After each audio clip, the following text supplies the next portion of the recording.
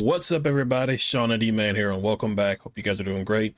So, quick little intro for this video for this week's episode of Nerd Talk. I just wanted to do a little intro, letting you know that in this episode that I recorded with Katarina, there was some little lagging. The audio is fine, but I believe just there was a little bit of lagging when it came to the video quality. So I just wanted to let you guys know that the video is still good. If it's like a little bit too much for you, you can go listen to the full episode on Spotify as well. So you be sure you can go check that out on Spotify under Nerd Talk with Shonnydman. But other than that, I hope you guys will enjoy this very fun conversation that I had with this content creator. But other than that, you guys sit back, relax, and enjoy the episode. See ya.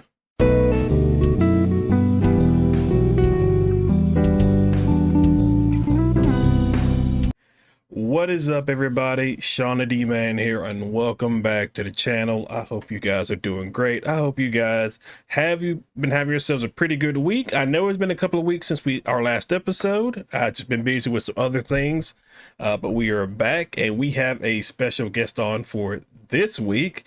So I'm just gonna let her introduce herself. So tell us who you are and tell us a little bit about yourself. Hey, hi everyone. My name is Katarina or Katarina. You can also call me Kati, whatever works. I basically just make videos or posts and talk about Star Wars, and I especially love The Bad Batch. So, yeah. Okay. So for those who are watching, I guess for those who are listening, came across Kat's TikTok famous with her videos. And so you there's a lot to get into with this. I'm trying to figure out where I want to start with this. So I guess the best way to start it would be, so have you always loved Star Wars? If so, what was your earliest memories of Star Wars? Yeah, I think I've always loved Star Wars. Definitely probably started out more with the prequels and the originals, just because the prequels kind of started out right when I was being born, basically, a little bit before that even. So those are the ones that I think I remember the most. And then after that, I didn't really fall into the Clone Wars up until around 2020. I remember the first episode that I actually watched was the Bad Batch arc. I think it was when they went to go get Echo off of Skako Minor. So now knowing that I have such an affinity for the Bad Batch, I think it's kind of cool that I started out with the Clone Wars during the Bad Batch arc. And then I also got to kind of see the movies come out, the sequel movies come out in person. I remember I went to go to the midnight premieres and stuff for that. So yeah, I've always liked it, but now I'm so deep into it, I can't see anything else. So yeah. Okay, that is good. So you've primarily just been more of but you also like Rebels, I assume. But you're Oh yeah. but you're primarily Bad Batch. Yeah, I love everything. I fell in love with the Clone Wars and just Ahsoka's entire story and all the different plots that we have going on there. The fortunate thing about me is that when I got to watch it, I got to watch it kind of in chronological order. So I got to watch it with the Clone Wars and then the Bad Batch, and then I got to watch Rebels, and so I fell in love with all the different stories. And I love them all so much. But there's something about the Bad Batch that I felt I really resonated with. So although I do love everything Star Wars, I feel I just really have a special connection to the Bad Batch. Okay. What uh what what grew that connection with the Bad Batch? I honestly couldn't tell you. I just didn't think about it, and pinpoint why exactly it was the Bad Batch, and I don't know what it was. I feel I resonate a lot with Omega, especially, but I think that there's just such joy and newness to sort of what the Bad Batch has to offer. I think it was really nice, kind of being introduced to a show that doesn't have any Jedi or access to the Force up until maybe recent episodes, in a little bit in season 2, but to have it kind of be so separate and where they're almost a bit more relatable as characters because they don't have the special connection to the Force and the Jedi and stuff. I think that that was also what made it fun and exciting, and it just felt really new. Okay. So very much for you, because you got to go to the season 3 premiere, correct? Correct. So Yes. what was that like for you? Because I'm sure that was something that was like completely unexpected. Oh, 100%. When I got the message, I was like, this isn't real. Like, it just felt like so fake. Like, I was like, I'm being punked. Like, there's no way. Because all of a sudden, like, an email just showed up and it was like, oh, like, you're invited to the Bad Batch premiere. And I was like, they've never had a premiere for the Bad Batch. So, like, no way is this real. And then I got a DM later that day from Star Wars where it was like, you should check your email. And I was like, oh my God. I like cried when I received the message. And then I got to like tell my parents. My dad was, my family's really supportive. And so my dad was like, of course you have to go. So yeah, just even being there was like the craziest experience just to like see like the Yoda fountain at Lucasfilm and then to like be surrounded by the community of like Bad Batchers and people that I've gotten to know and then people that I got to meet there. It was just all so crazy. And to top it off, like I got to have a special like meeting with like these like like five amazing other women and then also just like got to meet like the Bad Batch team essentially. And it was so crazy. Like still now I think about it and I can't believe it.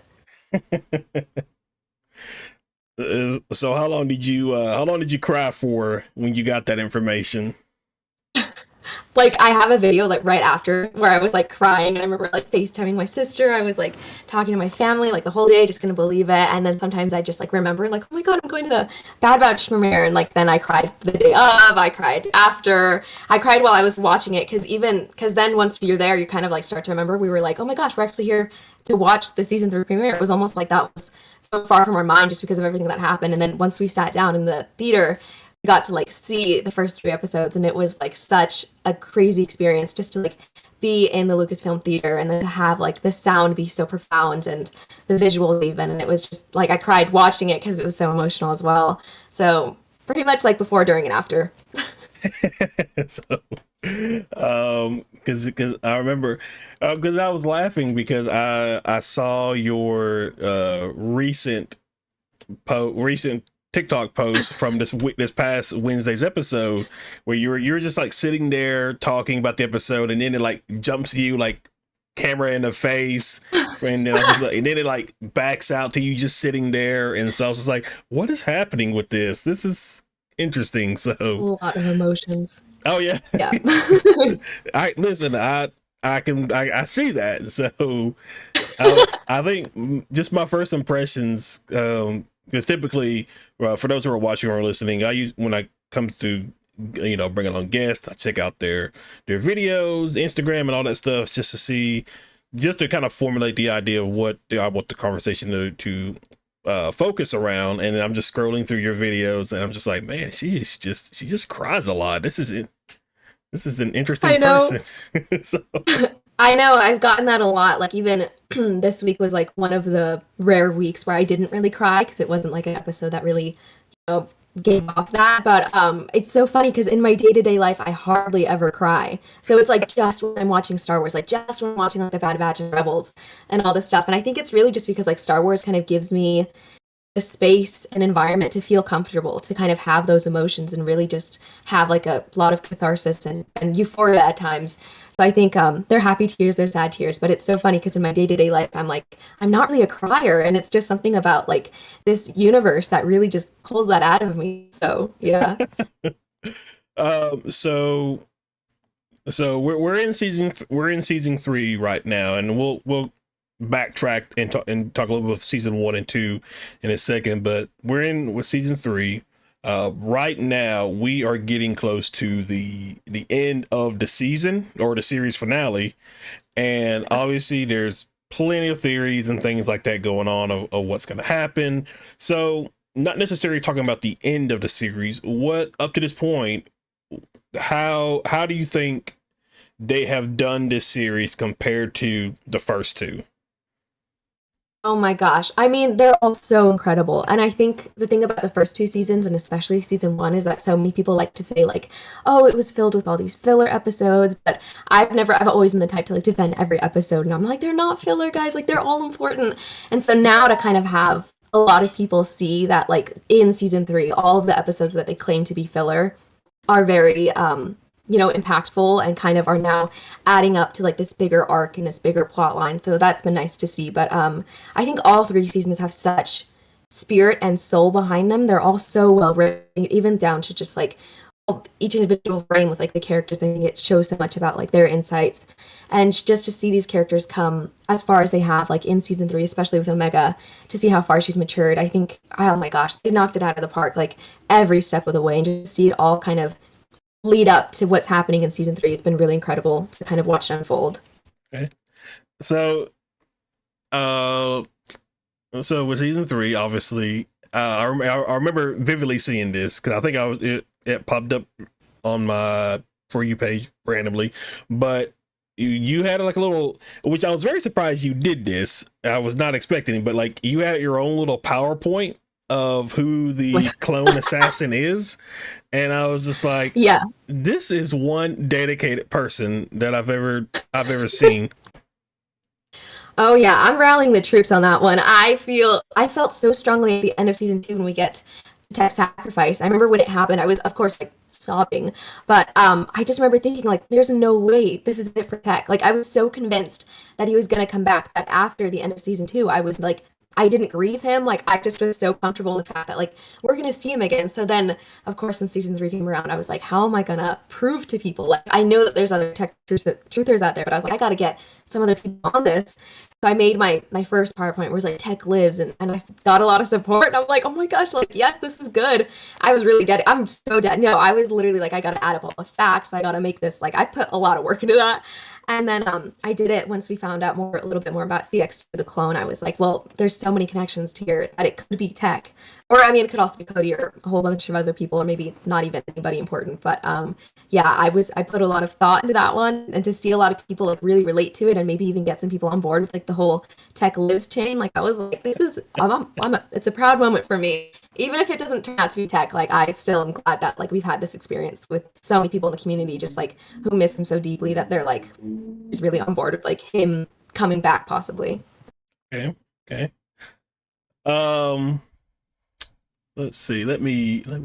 Oh, all right. Because I was having a conversation with somebody, with Angela about this, because we were talking about it we were, just giving off our own theories. So I want you to make the case against, or I guess, make the case against that it is not some weird version of a Crosshairs clone.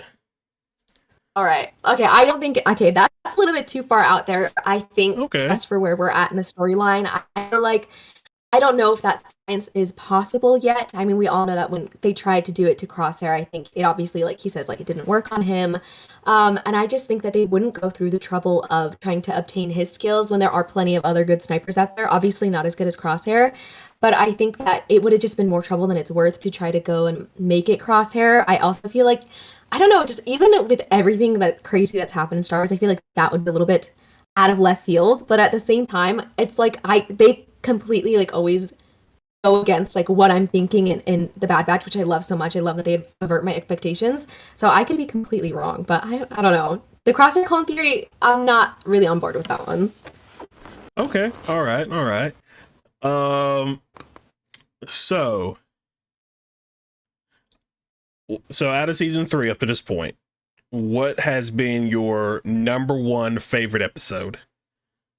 Oh gosh, I can't pick. I can't pick because I'm the worst person to ask. No, I think, oh gosh, I think I have such a special place in my heart for like episode 3 in particular, just because I got to see it like with like a live audience, like when everybody was there at the premiere. So, and obviously like Omega and Crosshair have their like epic escape, and I think you get to see much of their dynamic and also how far they've come. So I think that one's really special. But then as the season progresses, there's also so many other amazing episodes. Like they're each, I can't pick.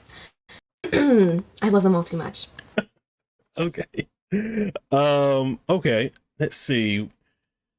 So obviously this was a retcon, but we get Asajj Ventress back. How are you familiar with that particular story of that character? I can't remember the name of the book that she's. Yeah, the Dark Disciple. Yes. So I don't know if you've read that. I haven't read it, but I don't know if you have or not. Yeah, I've not read it, but I remember like right when we found out like Asajj was gonna come back, I was like, okay, I gotta do the whole like Wikipedia for it, so Oh I yeah. got a gist of her story. But I think I want to say like Brad Rouse said like nothing was retconned with the Dark Disciple because I remember there's so many people who fell in love with that like story, that novel, and Right. so they wanted to like make sure that it was still true to canon. So to now know that like Asajj didn't really make it out of the Dark Disciple, but then she comes back in the Bad Batch. I have so many questions as to like how that's possible. I mean, obviously there's the whole like Night Sister magic of it all, Yeah. so maybe that has something to do with it. But gosh, just seeing her come back was so cool. Okay. So at this point, I'm sure everybody kind of may. I don't know if there's like a disconnect with everybody, but it just general audience wise, it seems that a lot of people may be on board with the idea that uh you know Omega is force sensitive, and so how do you,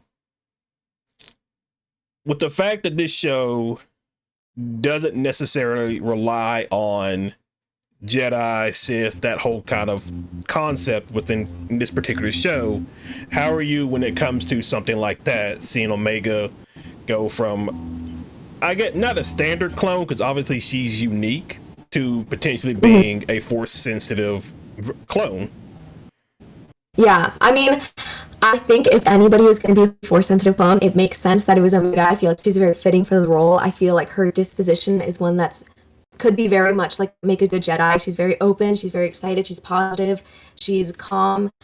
Um, for a long time, though, I was watching. I was like, "Gosh, I don't know if I want Megan to be force sensitive." Just because selfishly, I feel like she is more relatable when she doesn't have that connection to the force. But in a sense, like everybody in Galaxy has like a little bit of force sensitivity, or they're open to the force if they just want to be. And seeing that kind of unfold with Sabine, it's like, okay, if Sabine could be a Jedi, anybody could be a Jedi. Because I remember she was the most closed off. But I think when we're now maybe touching on the idea of Omega kind of opening that door, I do feel like it is very interesting and kind of getting to see like the whole M count play off with like the Emperor and probably that tying into the sequels is really interesting. But I think the thought of Omega like being force sensitive is kind of cool in a sense. It's starting to grow on me more and more. At first I was a little bit apprehensive, but now I think it's definitely cool. And I could totally see her kind of doing her own version, following her own path of being like a very unique Jedi in a sense. Okay, okay. Uh, so well, I'm trying to think of the question I was going to go with here. Hmm. I guess you could probably say, it's a little somewhat upsetting that we haven't gotten the clone rebellion that a lot of people thought was coming this particular season. I mean, it still could come. We still got a couple of episodes left before, so it could, I mean, technically show up. But as far as seeing the other clones within this season, whether it's Echo, Rex, Howitzer, how with those particular group, how was it with you seeing them again? Oh my, well, always like seeing all the clones is always like such a joy, and getting to see like Hauser kind of come back, that was always really nice. And so I love that like Jennifer Corbett I know loves Hauser, and so to kind of see her like put him back in the storyline as such a pivotal character is like really fun.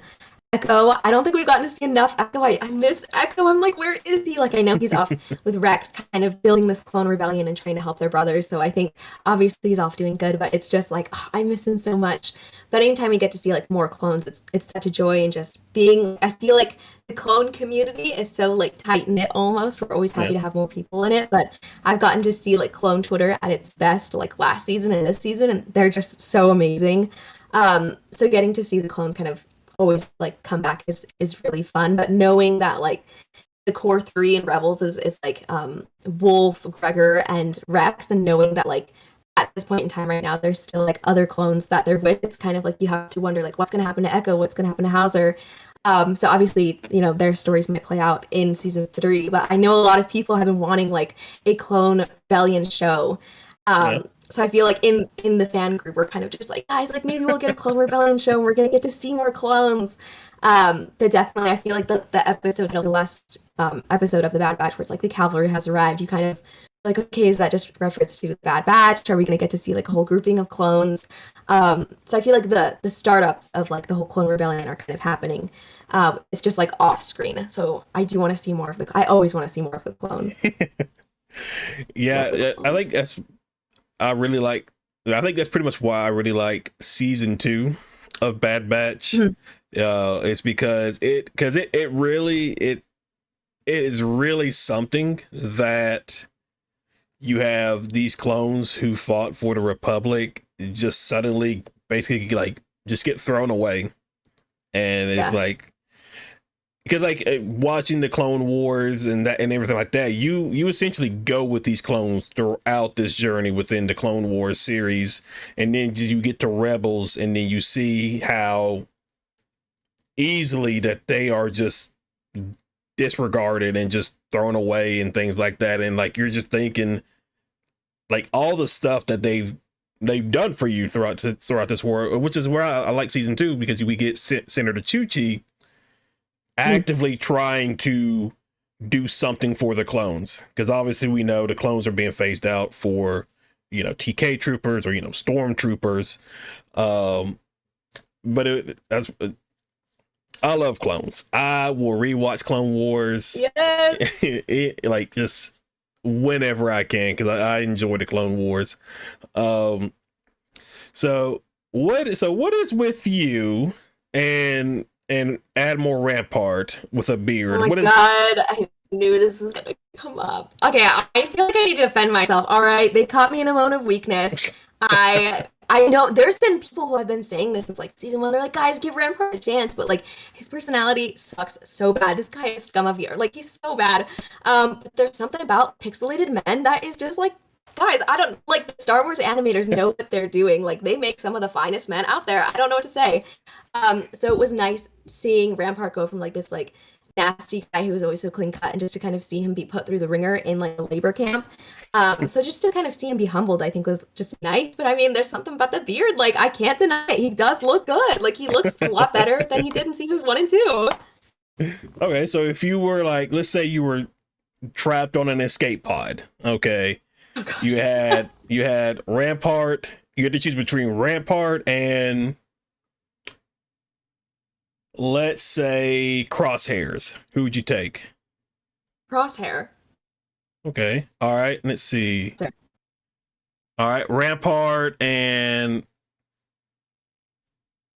ooh, I'm trying to think of one, because I feel like whether or not if I pick a member of the Bad Batch, you're gonna go with the Bad Yeah, Batch. I'm trying to think of 100%. one. Uh, oh man. Okay. What? Okay. Rampart or Emery?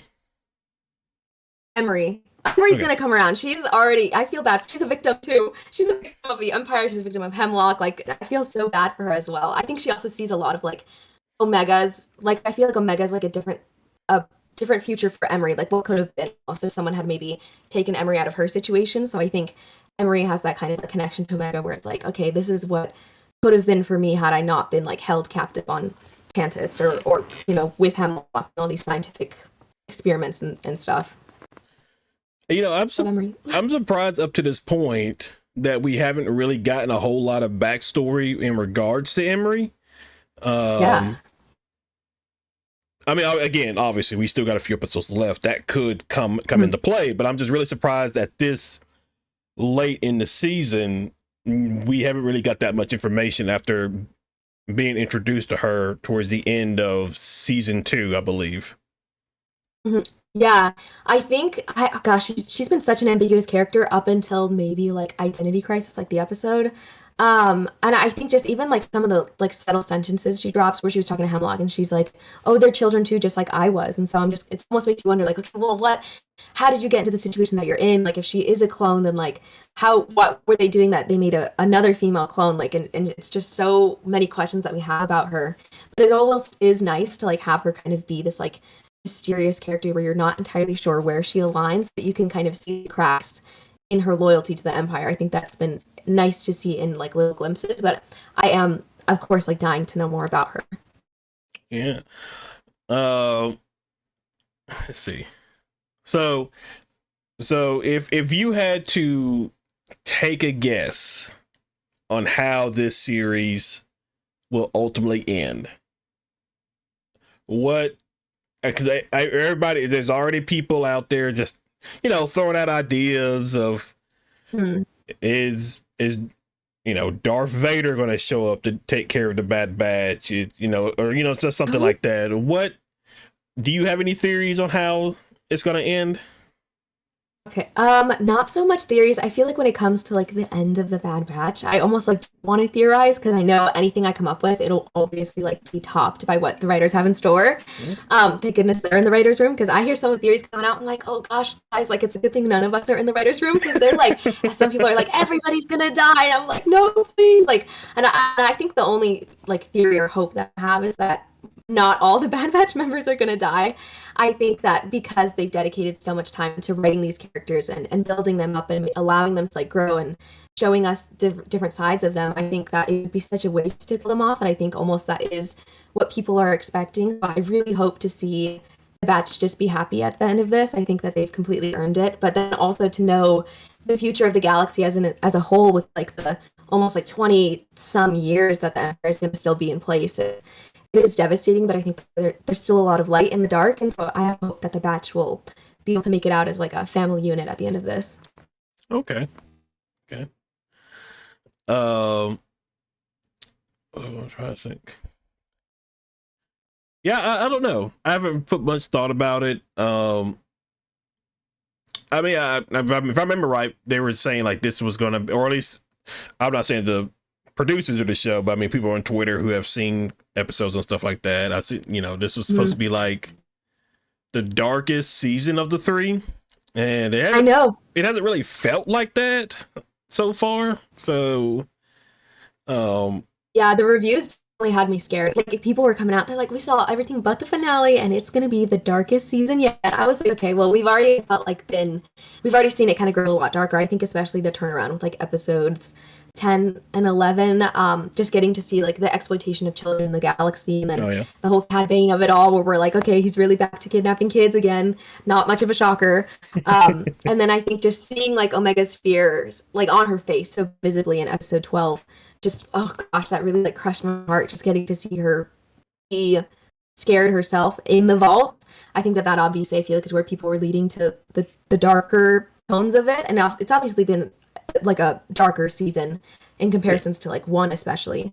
um but I do feel like they're, I don't know, I'm like, is this what they were talking about? It's always kind of leaves you wondering, like when they're talking about the reviews, I'm like, is this the darkness they were talking about, or is it going to get actually worse than this?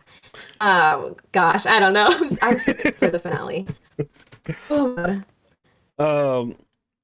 um, so yeah, it's. I mean, so far the season has been good. I've enjoyed it. I don't know if I necessarily will have a favorite of of it so far, but I have enjoyed this season. There has been some really cool visual shots. Oh yeah.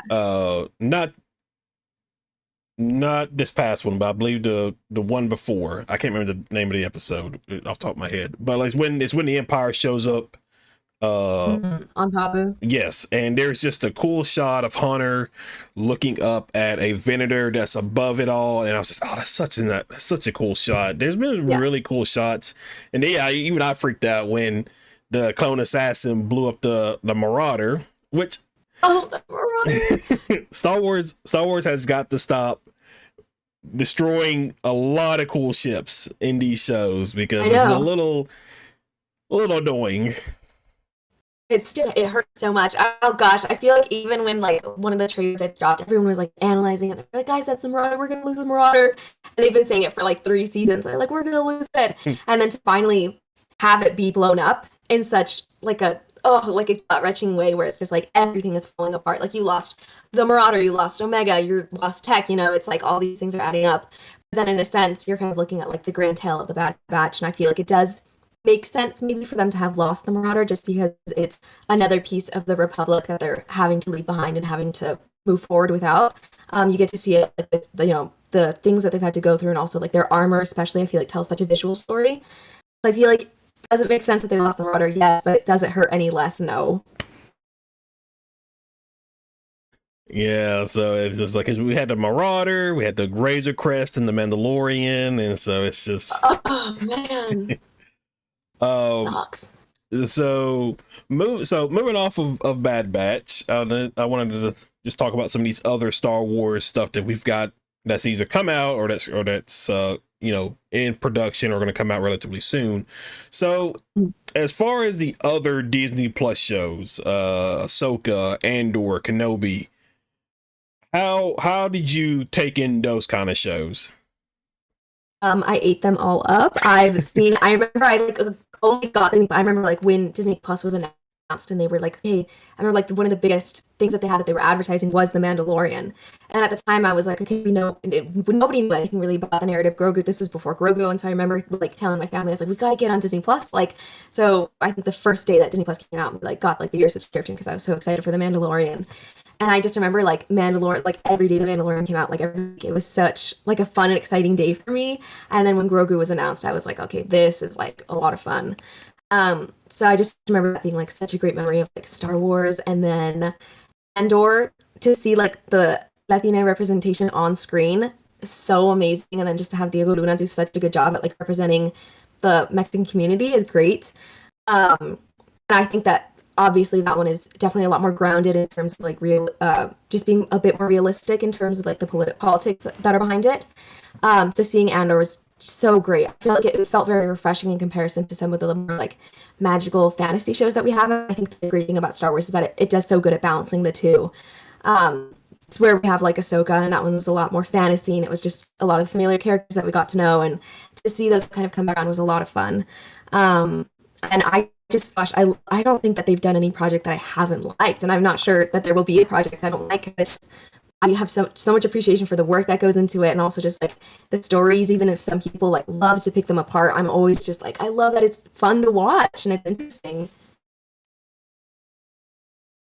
Yeah, so I mean, obviously, like right now, there is obviously the Star Wars fandom in and of itself is pretty, has its toxic people and things like that. Most things like Star Wars have that particular group of people that are very toxic about things like that. But I I have never seen a more split, I guess, my overall fan base or group of people that as I saw when the Acolyte trailer came out. Oh Um, my gosh. I typically for me, uh, and for those who are listening or watching, you've heard me many times on my stance when it comes to certain projects because I was basically this way with the Halo series. Mm.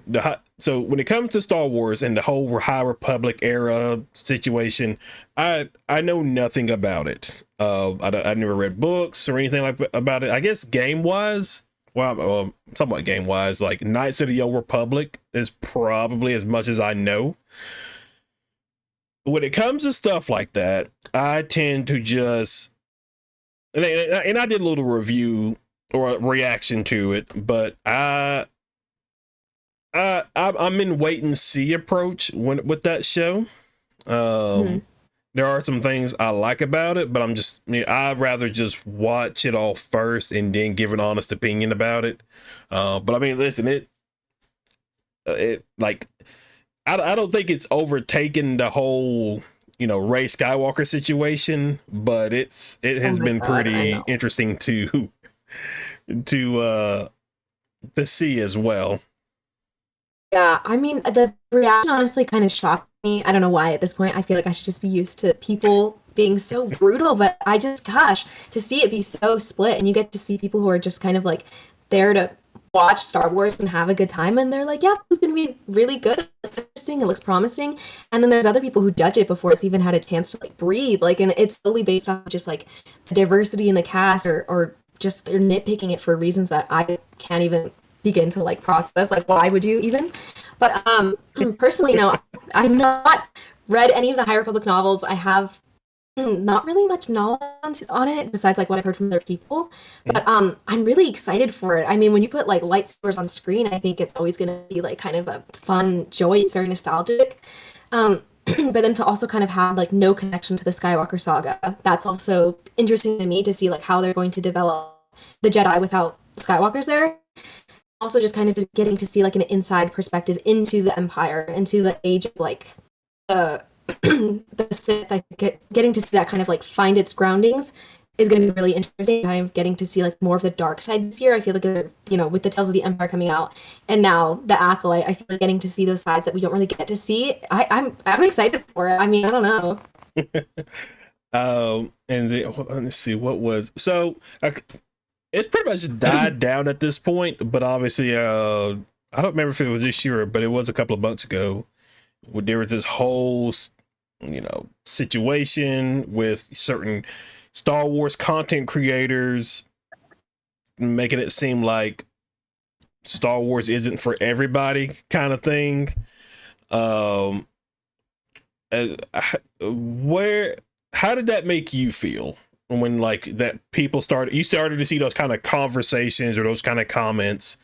How did that make you feel at first?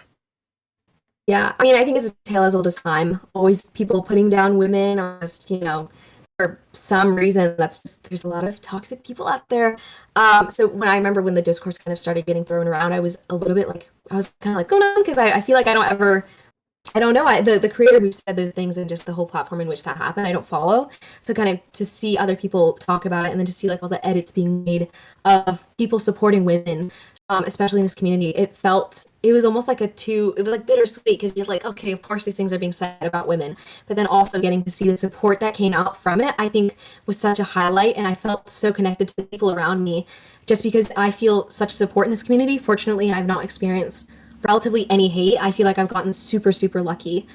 But yeah, to know that those things are being said, it's just kind of like, I'm not surprised, and at this point I feel like it doesn't hurt, because I choose to look towards the light, which is not always easy. I mean, there's a lot of people who are very persistent in their hate, but I think I've been very fortunate, which is also crazy that someone would say those things, because like, are you kidding me? There's like, I feel like so much of the foundation of Star Wars is powerful women, and it's just women who are so dynamic and who have all these different sides to them. So it's like, you just know that these people are talking nonsense, and I think it sucks, but I think that there's a lot more positive people out there than there are like negative. Yeah, like you said, like I saw more people tweeting or making TikToks just talking about, hey, Star Wars is for everybody. They're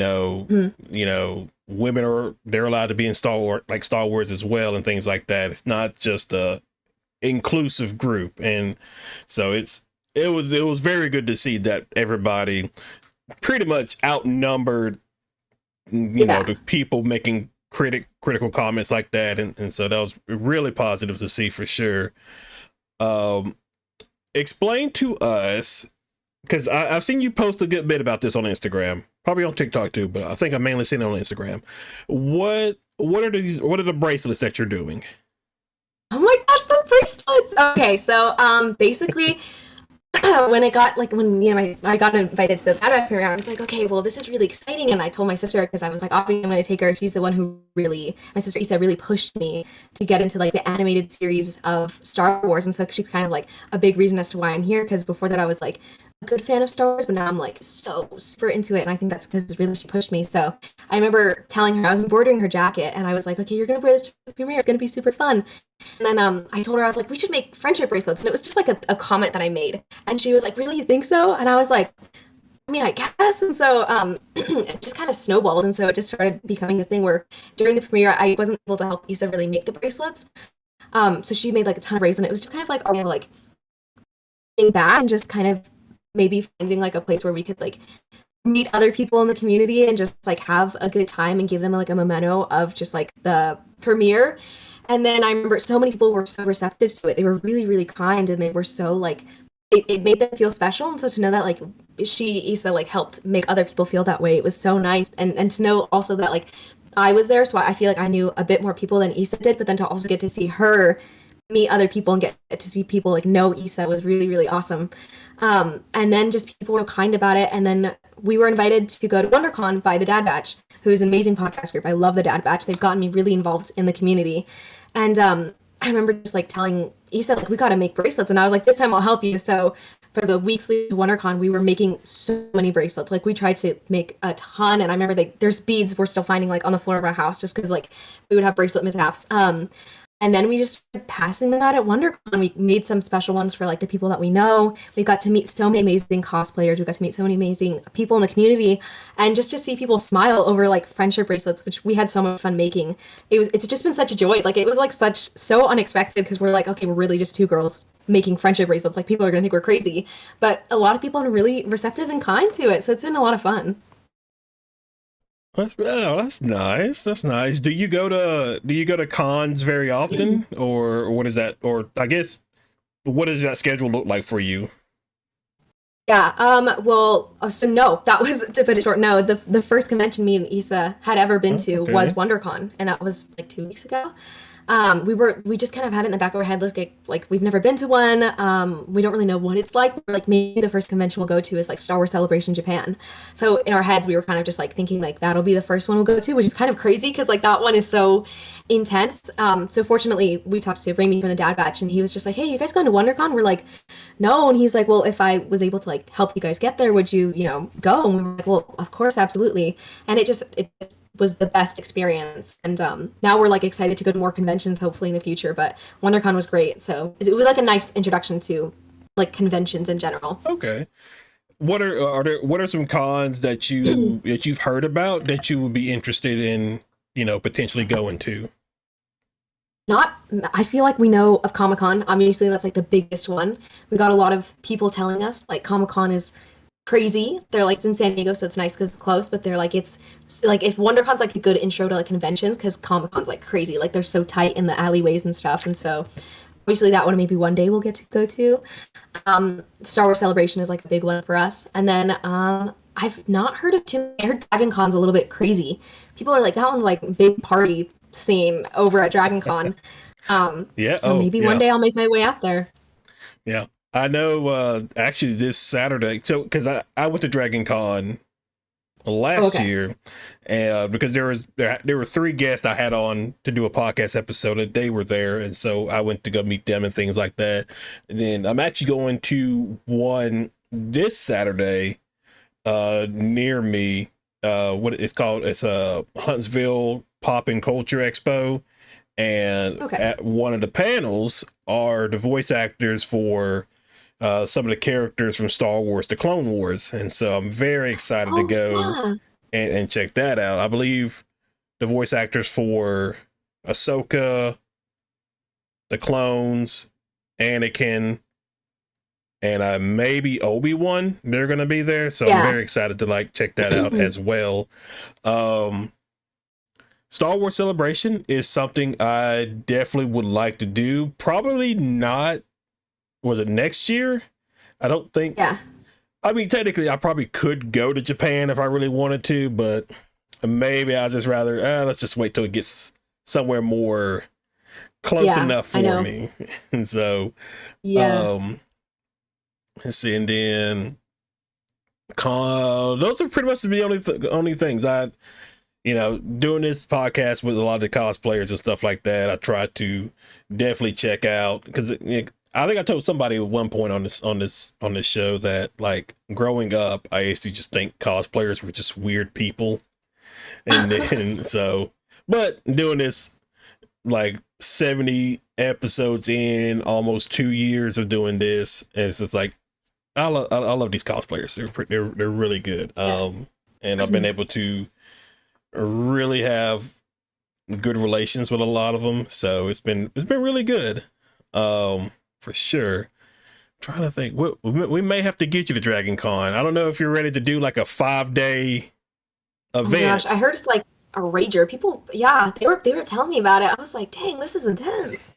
Yes, and so I think let's see it, because it was on Labor Day. It's like on Labor Day weekend, so it's like a Thursday, Friday, Saturday, Sunday, Monday kind of deal. Oh um jeez. yeah, it's a I lot. barely made it out of WonderCon.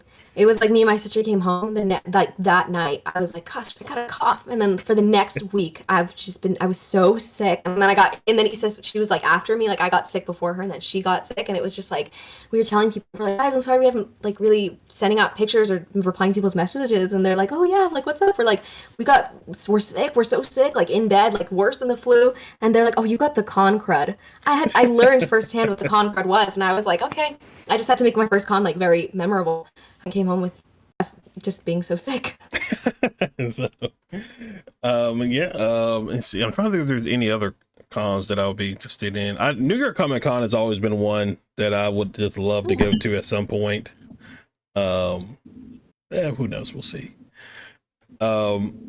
So you're excited because actually I think it's in 2 weeks where the 25th anniversary of the Phantom Menace is Yep. coming to theaters, and so you're very excited about that. I'm excited. No, yeah. Last year we went. It was like me, my two other sisters, my dad. We went to go see Return of the Jedi in theaters, and I remember we like got dressed up. Like I dressed up as Leia from A New Hope. My sister was like Padme. My other sister was Obi-Wan.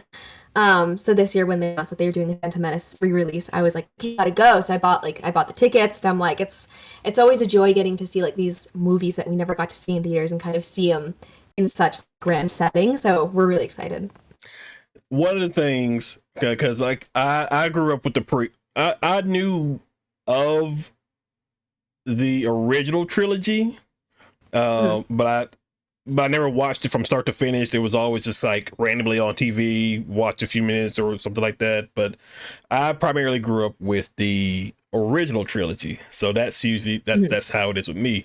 And I remember, just growing up, I I did not have any hate for hating Christensen.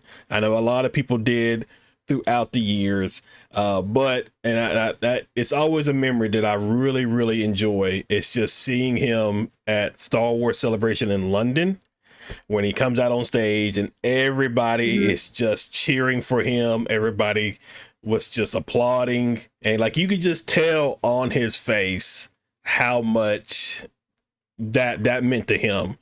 And then obviously we got him in Kenobi, really got him in Ahsoka, and so it was just like he went from a character that a lot of people didn't necessarily.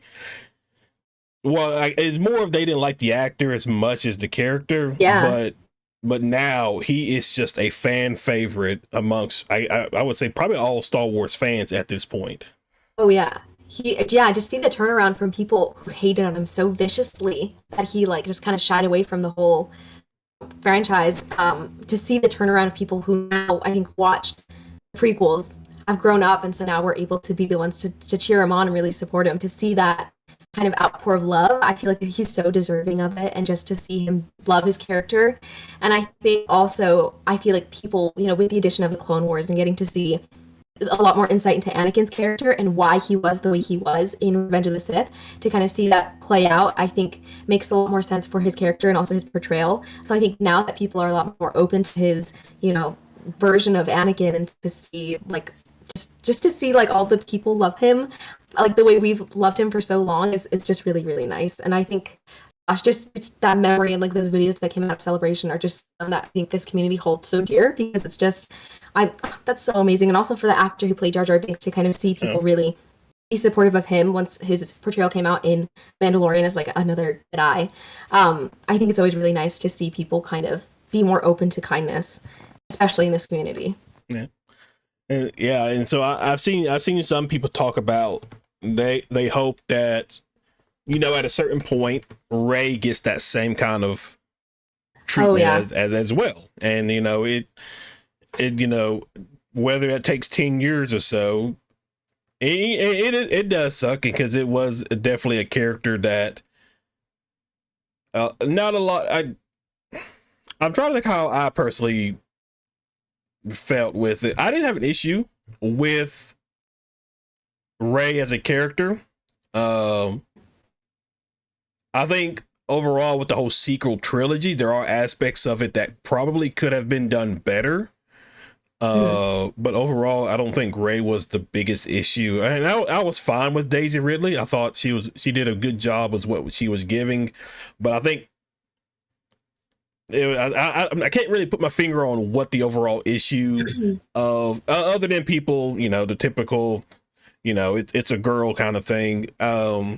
I can't remember what all precisely a lot of people issues were when it came to Ray Skywalker throughout the sequel trilogy. Yeah, I think it was so much that she was like a woman and we had a leading and it was a female. Obviously, that's going to be she's an open target to all the people who choose to hate on women for some reason. And then I think also what they did with her character and allowing her to kind of put on the role of like being a Skywalker, people seem to have a really big issue with that. I don't love the sequels as Yeah, much as I would love like, the right. prequels or the originals. I think that they did a lot of things that were really fun and exciting. I remember like getting to see like Daisy Ridley's portrayal of like Rey and getting to see like such a powerful female character when The Force Awakens came out. I was just so excited because as like a young girl, like that's of course something I want to see. So I think to have like that representation of female empowerment on screen was really nice. I think the sequels are great in their own aspect, and especially now with like the work that they're doing in The Mandalorian or The Bad Yeah, Batch to kind of make the sequels make more sense. I feel like that is very beneficial to them. But they're not my favorite, but I'm not gonna hate on them. I think that right. there's a lot of things they could have done differently, maybe, especially with like things that they did to characters with Finn, where I think he could have, the aspects of him could have been a bit better. Maybe Poe, just different dynamics and relationships that could have been addressed a bit more. But overall, I think that they were fun. Yeah, yeah. I think just one of the things, because when the first trailer for Force Awakens came out, uh, they the way they did the trailers, particularly for the Force Awakens, was they kind of gave a false impression that Finn was the main focus and potentially was going to be, Mhm. the main Jedi of this series. When it obviously it turned out it was going to be Rey, which again I don't necessarily have a problem with. But if you're going to do that, just be honest about it. Just be straight up. She's going to be the Jedi and everything like that. I would have been fine with it, and I never understood the whole issues with female led movies, because there are a lot of Mhm. female led movies that are really really good, and even if they're not female led, there's a strong female presence. Yeah. I don't know if you've watched, but like the original Aliens with Sigourney Weaver. Mhm. I guess the best example I have always thought of was Keira Knightley in the Pirates of the Caribbean trilogy. Oh yeah. Just because I was having a conversation about it with somebody a couple weeks ago, Mhm. because we were talking about like just the different opinions and stuff like that, and because she go in the first one, she goes from living such a lavish lifestyle, governor's daughter, high up there in the royalty and things like that, to by the third movie being king of the pirates. And so I was just like, Yeah. that is a great example of where she wasn't she wasn't the lead female, but she was a very strong side character that, like, that's good. That's good. I'm fine with that. Um, Daisy Ridley with I don't know. It's kind of cheesy with the at the ending of The Last Jedi, where she's just like Rey Skywalker. I'm just like, but overall, it's just it is what it is. A lot of it is I put more of that on the directors and producers of the movie than I Yeah. do the actress, because those three movies went through three different directors, Oh each gosh. one Yeah. doing their own thing, and it's just it was just a mess. Yeah, I think she got a lot of slack for things that were out of her control. Yeah, I think her portrayal was good. I think she put a lot into that character. So to see all the hate she got was so devastating, and I know that she kind of took a step back from even like social media, yeah, and to see her be willing to come back and reprise that role, I feel like that makes me feel a lot better just because it's nice to see her kind of come back and hopefully be met with a lot more love this time around. And hopefully by her committing to a project means that they're going to pay a lot of respect to her character and maybe develop her more. Those are my hopes, I think, for her movie that we still don't know much about. But yeah, sequels they're fun. But I definitely think that, the switch up with like the directors, I think it was like J.J. Abrams, then Ryan Johnson, and like back to J.J. Abrams, I think it got a little bit muddled. I think that visually they were stunning films. Oh yeah. Force Awakens, I loved. I remember thinking Force Awakens was so, so good. Even now I'll go back and watch it and there's such nostalgia to it. And I feel like there's a lot of spirit and kind of like, it's like classic Star Wars. And then after that, I remember feeling a little bit more of a disconnect. But still, they're fun watches. Yeah. I like one of my favorite visuals is in The Last Jedi, where they do that hyperspace slip into Snoke's ship, good. and it's just a visual, how there's no sound. I was like, oh my gosh, this is really, really cool. I like this. So, but yeah, it's Star Wars is Star Wars, and now we got which we'll talk about as we get closer to another video I have getting ready for you guys to come out. But we got the story trailer for Star Wars Outlaws Yes, the other day, which for those who are watching, there's a reaction to that should have came out already, so you guys can check that out as well. But it's done by Ubisoft, and Ubisoft is kind of an interesting business, so I'm gonna wait and see how I truly feel about the game until I get my hands on it. But yeah, Star Wars Outlaws. Star Wars gaming as a whole, it's been not hit or miss, but it's just, there's been so many canceled projects. And I mentioned this the other day in a video where this was maybe like 4 or 5 years ago. We got the trailer for Star Wars Eclipse, but we haven't heard anything about that game in quite a long time. Right. Yeah. I know with Outlaws, I mean, I saw the trailer. It looks very fun. It looks very interesting, getting to know more about like what the plot is. To also have another female-led character in Star Wars, that's going to be very interesting to see. It's also going to be interesting to see how people respond to that. So yeah, I'm excited about one. I think it's going to be really interesting because we really haven't gotten to see much of that field of Star Wars, like with, that Laws and like the Crimson Dawn, like all that entire genre of it all. So that'll be fun.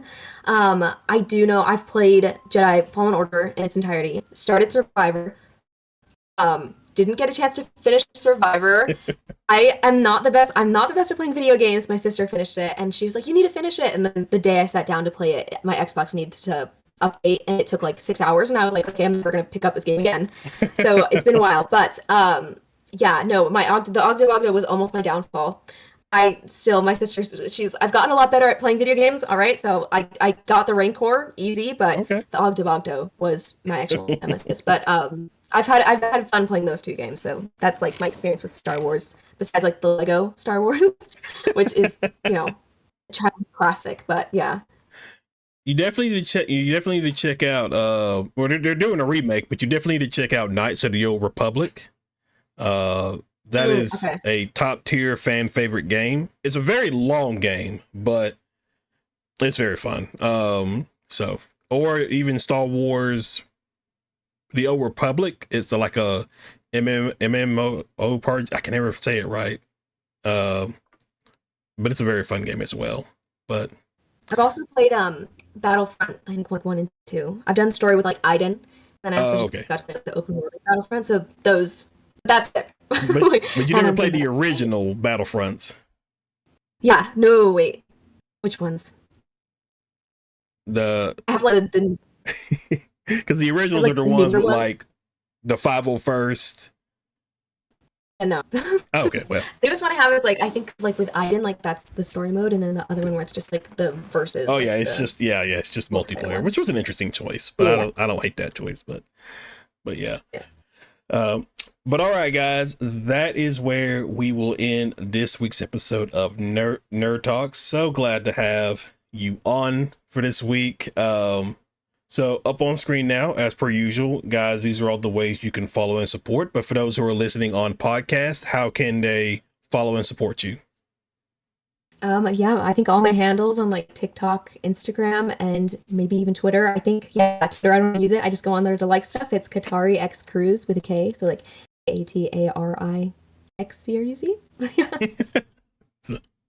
um, and so this won't be the last time that you guys will be seeing her. She will be coming back on here in a couple of weeks with another guest as we kind of talk about the Bad Batch season 3, but also get ready to talk about Star Wars Tales of the Empire, which surprisingly dropped and everybody was caught off by surprise about it. So you guys definitely need to come back for that. But other than that, be sure to check out the channel, hit that like and subscribe button, go give a follow and show some love and support. But other than that, we will see you guys in the next video. See ya.